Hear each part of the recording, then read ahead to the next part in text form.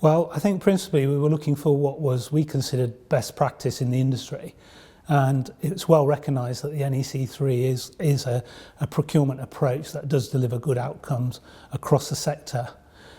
And we were looking to develop a more standardised approach in delivering highway maintenance services, because prior to the development of the contract that we talked about today, local highway authorities were using all sorts of contracts. Some they developed themselves, were bespoke. Some of them were even based on the IC 5th edition, which is no longer supported. So the NEC3 seemed the logical and best approach to base our procurement on.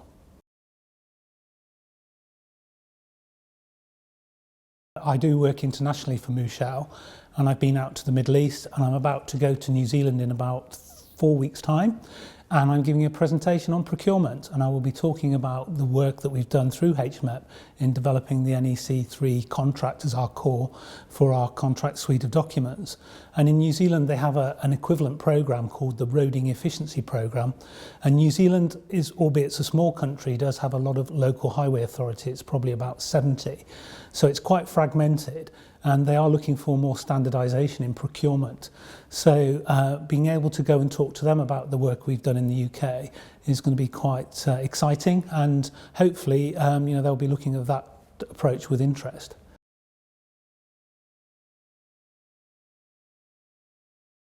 Well, I think in terms of a best practice approach, it really has all the bells and whistles that we want in delivering the right outcome for the customer on road networks. And there are key drivers to deliver the best approaches in service delivery. So it helps support innovation. Clearly, we want to look at best practice techniques. We want to look at collaboration, and collaboration can form a number of approaches, whether it's collaboration with a client through the supply chain or even collaboration across authorities. So those are some of the attributes. There's also incentivisation, so it's got an ability to do that, because clearly we shouldn't be penalising authorities for not delivering, or the contractors. What we want to do is drive through improvement, and one of the best ways is provide a mechanism for incentivisation. And it's very flexible, and we've seen quite a lot of contracts recently because of the period we've been through in austerity, that they haven't been fit for purpose, and therefore we want a contract that provides flexibility, that if circumstances change, then the local authority has the ability to review the approach and stay with the contract it has rather than going to market again. So those are just some of the factors that we feel that the NEC term service contract helps deliver the real sort of benefits that we'd like to see in delivering good practice on the road network in this country.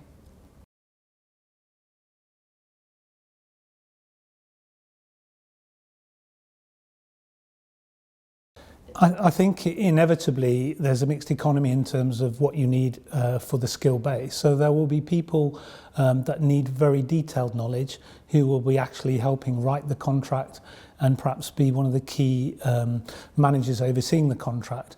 And then I think, lower down in the organisation, there'll be a need for a wider awareness, but maybe not at the same technical level as some of the more specialist staff. And one of the things I'm working on for government at the moment is a self-assessment toolkit for local highway authorities in terms of delivering best practice.